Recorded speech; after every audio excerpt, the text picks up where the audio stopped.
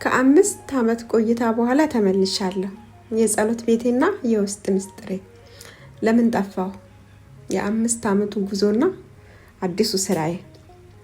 ውድ ወንድሞቼና እህቶቼ እንደምን አላችሁ? እኔ እግዚአብሔር ይመስገን በጣም ደህና ነኝ። ዛሬ ትንሽ ለየት ያለ ስሜት ነው የሚሰማኝ።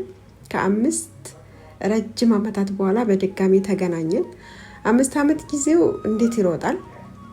ብዙዎቻችሁ ሳርዬ ምን ነው ጠፋሽ ብላችሁ ነበር በፊት።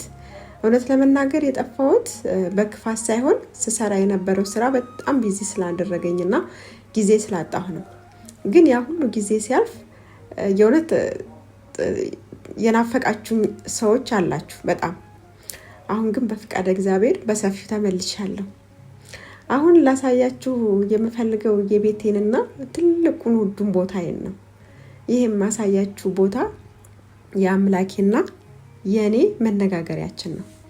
በስራ ብዛት በደከምኩ ጊዜ ብቸኝነት ሲሰማኝ ስራዬንና ስቃዬን የማዋይበት ደስታዬን የማዋይበት የልቤ መሳለሚያ ነው። እዚህ ቦታ ላይ ጉልበቴን ሰብሬ የማለቅሰው እዚህ ቦታ ላይ ነው። ፈጣሪን የማመሰግነው ዛሬ ይህንን ቦታ ላሳያችሁ የደረጉት ወደፊት በመናደርገው ጉዞ ውስጥ መንፈሳዊ ጥንካሬ ከየት እንደምናገኝ እንድታውቁልኝም ጭምር ነው።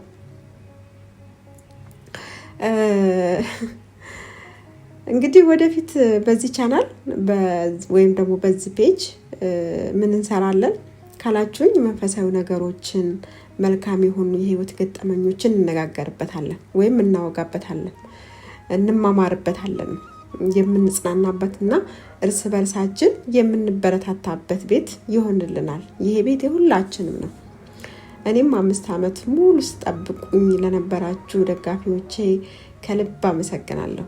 እናንተስ እንዴት ናችሁልኝ? ግን በዚህ ዓመታት ውስጥ ህይወት እንዴት አለፈ? ኮሜንት ላይ ጻፉልኝ፣ ሁሉንም አነባለሁ። እሺ ውድ ቤተሰቦች፣ አሁን ስመለስ ባዶ እጄን አይደለም። ብዙ የምንማማርባቸው ነገሮች አሉ። ስለዚህ ዩቲዩብ ላይ ያላችሁ ሰብስክራይብ አድርጉ፣ የደወሏን ምልክት ተጫኑ። ምክንያቱም እዚህ ቤት ብዙ የምትጠቀሙበት ነገሮች ይኖራሉ። ፌስቡክ ላይ ያላችሁ ቪዲዮውን ሼር፣ ፎሎ በማድረግ ለሌሎች አድርሱ። መማማርና መረዳዳት የሰው ልጅ ትልቁ ሀብት ነው ብዬ አምናለሁ። ከእንግዲህ አንጠፋፋም።